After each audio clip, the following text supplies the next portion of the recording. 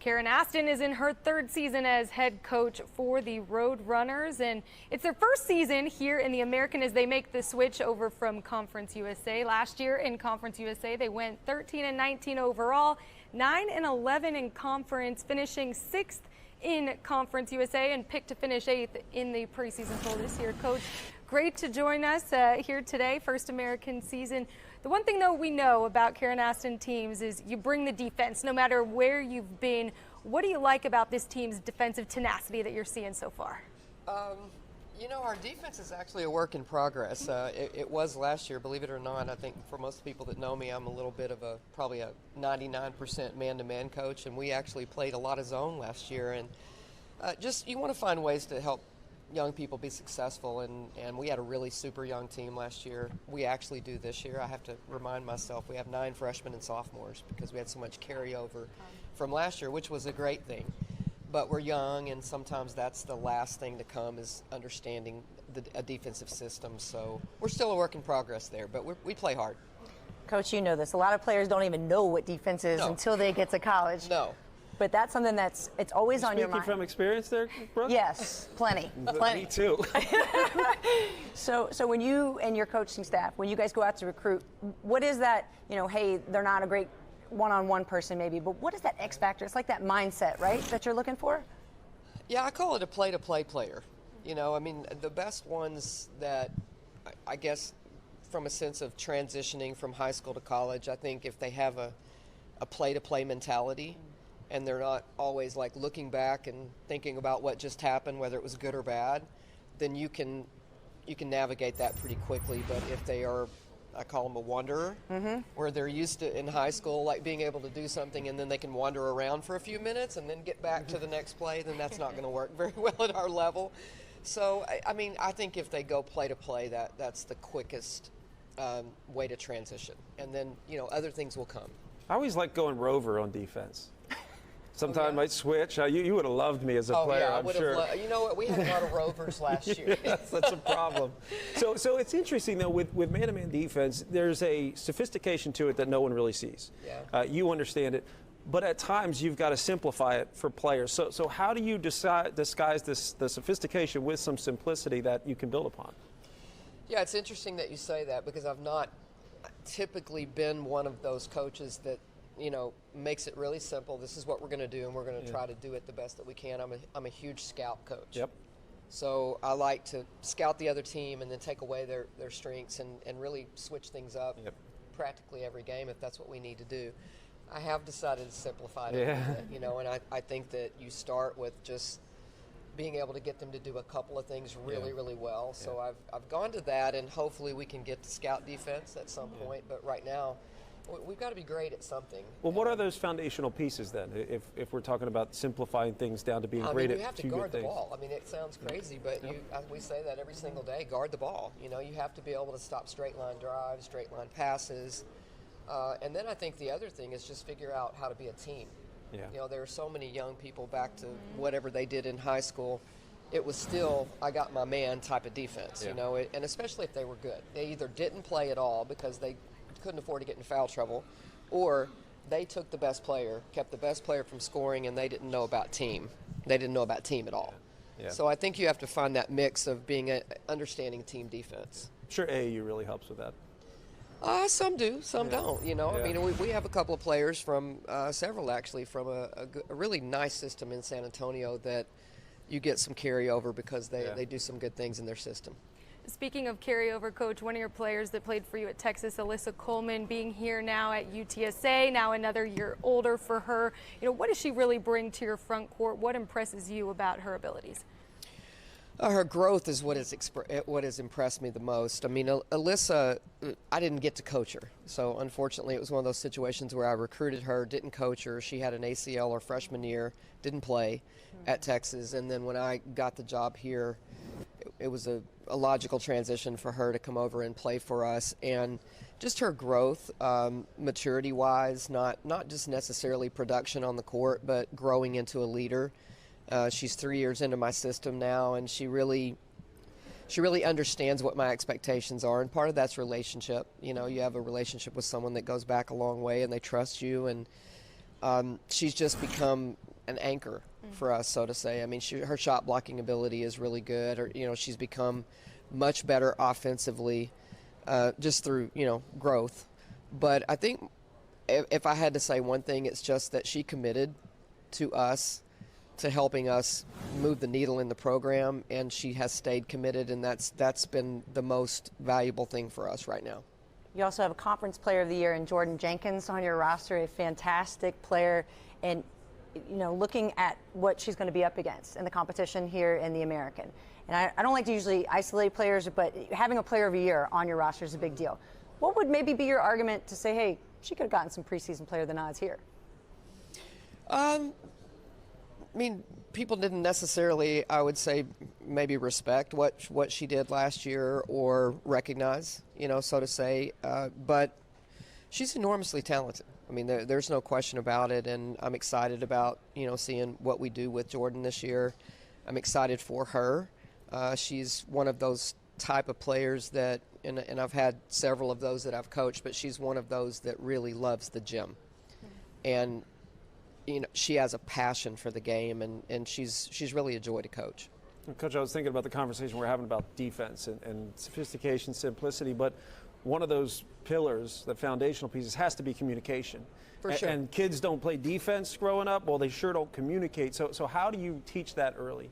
Well, if we could bring their cell phones out, it would help. Right. They could text each other on how to get into help. Get in help. It's a work in progress. That is a skill that they don't come with most often, which goes back to really things you look for in the recruiting process. Is this someone that communicates well, maybe understood how to talk on defense when they were in high school? High school systems really matter now. Yeah. I think you can really tell kids that are in a very good high school system, their transition is so much quicker. But to answer your question, there's not a magical tool for that one. They grow into that. Yeah. For example, I have a sophomore point guard that started for me last year as a freshman in Sydney Love, very talented player that is starting to come into her own. Sydney's starting, I'm hearing her voice a little bit this year, and she started at the point position all year last year. Probably never heard her more than twice, and now you're starting to hear her more. It's a maturity process. Yeah, for sure. Coach, we've talked so much about your defense, but you actually have a Pop-A-Shot champion, Kyra White, last night. How about her? We're going to be catching up with her right now. Maya Reese is standing by with Kyra White. Thanks, Morgan. Now, Kyra, you are one of the top returning guards for your team, right? So what has the experience been like for you guys to transition from your old conference into the AAC? The experience has been really, really solid so far. I think we're just focusing on, since we have our core team back, just focusing on what the next step is for us. Trying to find our identity on the court, whatever it is, defense, offensive rebounds, running the floor in transition, just focusing on the little things to be productive and efficient in the conference this year. So your front court has amazing scorers. You got Jordan Jenkins, Alyssa Coleman. How do you think the two of them complement one another? They complement each other really well, whether it's one of them being able to stretch the floor one night and the other dominating in the post, just playing off each other really well and just really setting the tone for everybody else. Whenever we feed the ball inside, we expect it to go up, and we really just like to play off of our posts, especially whenever them two are on the court together. Like Morgan said, you are the reigning Pop-A-Shot champion from yesterday. Now, we've been talking a lot about rivalries and the intensity of the game. For you, what has it been like to meet all these players of these different teams in this new conference? It's been good, just being able to get a little taste of what I'm going to see in the season. Obviously, yesterday was more so friendly competition, but just being able to recognize myself with all the different faces and leaders of every team in the conference has been pretty cool. What is one of the goals that you've set this season for yourself and then for your team? For myself, with this being my last year, I would like to make an all-conference team and really just be that vocal leader every day for my team. And for the team, we would like to have above 500 record and have some type of postseason play. Obviously, the NCAA tournament is the main goal. But really, like I said, with this being my last year, just trying to get over that hump and being able to play in March any way I can. So yeah. And then speaking of March Madness, right? A big word of that is legacy. We're all trying to create our own legacy. The schools want to, the players want to. For you, having two parents who played collegiate sports, a grandfather in the NBA, what is the legacy that you think you're building? I feel like I have a little sister, and so my legacy is just wanting to be able to show her that no matter the challenges you go through, how many setbacks you feel like you have, God is going to keep you on the path that He wants for you, and just showing her that anything can be done through hard work and perseverance. That's beautiful. Yes, Thank ma'am. you, Kyra. Thank you. Morgan, back to you. Thank you. Thank you so much, Maya. That wraps up the UTSA women's portion. Now transitioning to the Roadrunner men. Head coach Steve Henson in his 8th season coaching UTSA. This is their first season in the American, coming over from Conference USA, where they went 4-16 in conference play and picked to finish here 14th in the American preseason poll. Coach Henson, thank you so much for joining us. Welcome to the American. 10 new players on your roster this year. What are you seeing with the chemistry and camaraderie from this group here early? Yeah, we're excited about those new guys. And, we set out this summer to try to get them all in as early as possible. It was a little bit of a challenge to get them signed and get them committed and get them onboarded and get them in class. But majority of them were around in the summer. And we anticipated needing to do some team bonding, help them facilitate some chemistry, but they kind of handled that on their own. So that was exciting. That was issue number one, get those guys to gel. And we got to start taking a look at them on the court. And we like our versatility. We're an older group. We're not alone in saying that in this day and age. There's a lot of older teams right now, but we think this group's got a chance with their versatility and hunger and desire to do something special. Age and experience seem to be just a recurring theme with the transfer portal, right? You got new teams. I mean, it was like playing professionally overseas. It feels like college basketball is like playing professionally overseas, where every year you have a different team. How key is leadership when it comes to that? And then are you recruiting leaders out of the transfer portal? Yeah, it's very important. It's always important. And then when you add a whole bunch of new guys to the mix, you got to have the chemistry. You've got to have guys bought in with the same vision. You got to be real strategic with your transfers. What are they expecting at that next stop? A lot of transfers want that huge role. They want shots, they want minutes, they want points. We think we landed a group of kids that are hungry, that are excited about the opportunity, but leadership is huge. We've got to get guys to step up without a lot of returners. Some of that leadership has to come from the new guys, and so the important thing there is getting them in the gym and spending time together. Yeah. Coach Karen Aston was just here talking about that very thing, leadership, being vocal. It's hard to get young people to talk. It's especially hard to get young men to talk. How do you do that?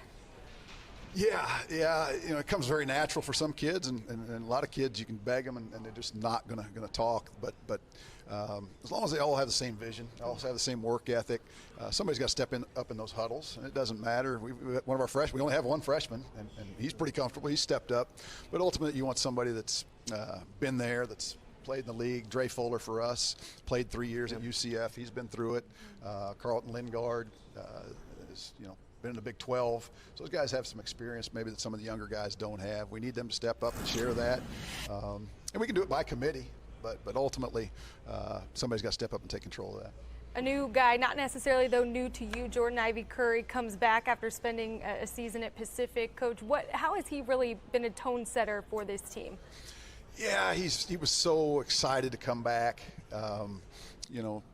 He knew the importance of coming in and making a good impression on his teammates, having left, and coming back. You never know exactly how that's going to go. But Jordan's a good player, first of all. He's learned a lot. I think that transition, but he felt pretty good about his situation and decided to leave, and now coming back, he knew he was going to have to come in and be a terrific teammate. He put that as number one priority. The talent was never in question with him. He can score the basketball. He's in terrific condition. He's defending better. The main thing is that he provides some of that leadership that we were just talking about. Again, another experienced guy. It's funny, I haven't really thought about this till right now, and the audience is new to you. You're new to the audience, so maybe give us your little elevator pitch about the program. I think I probably haven't done that enough. I mean, with 6 new teams, you're new to this conference. The conference is new to you. I think there are a lot of fans out there that just want to know more generally about the program. Yeah, well, it's just an exciting time at UTSA. You know, we're a young university, young athletic department, young football program that's absolutely crushing it. The value of football in Texas, we don't shy away from really? that. It's kind of a big deal. And, you know, we just try to piggyback off of that momentum. You know, it's a good basketball city with the Spurs traditionally. Renewed interest there with Wemby coming to town. So it's a great place to live. It's a thriving university. If you drive near our campus, construction everywhere. It's one of the fastest growing cities in the country. People don't realize we're the 7th largest city in the country. Sounds like we're closing in on number 6. But it's just a fun place to be right now. A lot of excitement. People talk about the Riverwalk, which is great. If you go to San Antonio, you're going to go to the Riverwalk. But we've got our own separate area up around our campus that's thriving like crazy. And what about the program? What will people notice right away about your program in this conference? Well, our kids are going to play extremely hard. They're going to be hungry. You know, the polls are out. Yes. You know, we're not going to have to do a whole lot of putting that on the walls. You know, our kids see it. They're going to use that as motivation. I won't overdo that with them. They're going to be hungry. They're motivated. We got kids we literally had one kid cry when we offered him a scholarship. He was so thrilled to come in, and he's been terrific every day since he's been there. This group's going to play hard. We've always played fast. This team is built to play fast. We think we have shooters. We've got three big guys on the interior that are all defensive minded, that talk. We're excited about it. You know, again, this group will use the polls as motivation. 5 teams you're very familiar with, all transitioning from Conference USA. But with the other teams here in the American, who excites you? What matchups do you maybe have circled on your calendar? Yeah, I mean, it's we know how good the teams that are going with us, how they finished the season last year. That was fantastic. There's a bunch. You know, Memphis. Everybody in the country talks about Memphis, and that'll be exciting. Personally, Wichita State. I grew up an hour from Wichita. I've seen those terrific teams all the way back in the 80s. You know, I know what that environment will be like. You know, great fan base, a hungry fan base. Temple's another team. It's a little bit out of our geographical region, but I've followed that team forever. Those great teams that they've had, great basketball area. I think that's kind of the theme. A lot of proud traditions, a lot of great environments, a lot of hungry basketball programs. How important is the familiarity with the teams coming over from Conference USA, playing against teams that are new to you? So basically, by the end of the season, what are you going to know that you didn't know today? Yeah, when you're in league play, you typically, if there's not coaching changes from one year to the next, you have an idea of what to expect from those programs. Here we've got a whole bunch of new teams and new coaches. Has to help with scout. Right? What's that? Has to help with a scout to a degree, familiar opponents. Yeah, when you're playing people that you've been around and coaches that you've seen before. So there'll be a lot of newness to it, which, you know, I think that's one of the things that a lot of coaches enjoy is trying to figure it out. Let's work on that game plan, figure out what do they do, what's their identity, you know, what can we do to offset their strengths. There will be a lot of newness in that regard. Even in our own league, there's some new coaches, or even teams going with us, there's some new coaches. So be a lot of work ahead, and game planning and film work and scouting reports, but that's a fun part of it. Does this staff grow at all when you come to a new conference? Because it should. Because in terms of the requirements to get prepared for so many new teams. Yeah, we've got a few new faces on our staff. The new rule allows more coaches to get on the court. I think that's a great rule. We've got more guys helping our players with skill development, more voices on the court during practice every day. It's a collective effort, and our guys will do a great job with that. Coach, we have multiple teams with Owls in the league, but only one Roadrunner. There we go. Tell me what makes the Roadrunner the most dangerous bird in the country. Speed and toughness. Speed and toughness. That's the way we want to play, too. Like it. There we have it. Coach, what else can you tell us about this team? You know, when we get to March, where are you hoping to grow the most from this point right now as you practice here just a few weeks before the start of the season when it comes tournament time? Yeah, the non-conference will be very important for us. Again, with so many new faces, you know, we have an idea of who we think we can be. You know, we've talked a lot about our 3 centers, you know, tall, long, defensive-minded, agile. We think they're going to allow us to build around them. Having depth at that position is very important. We know this league is extremely physical. But we'll use the non-conference to hopefully solidify, you know, our projections on what we think we can do on the court. We know we want to play fast. We've got a couple guards that push it. We've got some interchangeable parts at the wings. But we'll need to learn, okay, maybe we're not quite as good on the half-court defensively. Maybe we need to pick up a little more full court. Maybe we need to stir things up more. But that's what the non-conference is for, and it's set up pretty well for us to do that. Where do you deploy your size the most when you're trying to play fast? Because there's a balancing act there, right? You want to play fast, but you don't want to play inside out. Inside out tends to slow things down. So how do you find that balancing act, or is it wherever your advantage lies? Yeah, we're not overthinking secondary offense. We want primary break. We want to keep the ball moving. We don't ever want the ball to stick. Our big secondary means there was a reset. Yeah. Exactly. Or you're just flowing into half-court set. Yes. So we're trying to get that early attack, keep the ball moving, keep the defense from getting set. We've always given our shooters freedom. They have to earn the right to shoot the three in transition, but we've got a bunch of guys that have done that already. Our big guys can run. There's depth there. Nobody's going to get worn out. We want those big guys to run, set ball screens, roll. All of them can catch it. All of them can facilitate. The key is spacing and the ball not sticking. Yes. I mean, that's just so important. It's got to move. It's got to move. We may have one or two players that'll get a couple extra dribbles. Yeah. That third, fourth, fifth dribble, that's too many. Coach, we got Memphis coming up. Why do you think San Antonio, though, has the better barbecue? That's pretty good. I'm a big fan of Memphis barbecue too. I'm looking forward to that. But yeah, San Antonio's got I think underrated barbecue in addition to all the breakfast tacos and the other traditional things in San Antonio. Thanks for speaking my language Big there. foodie, yes. Coach, thanks for the time. Looking forward to making some trips down to San Antonio to see your team play, and welcome to the American. Thank you so much. Coach.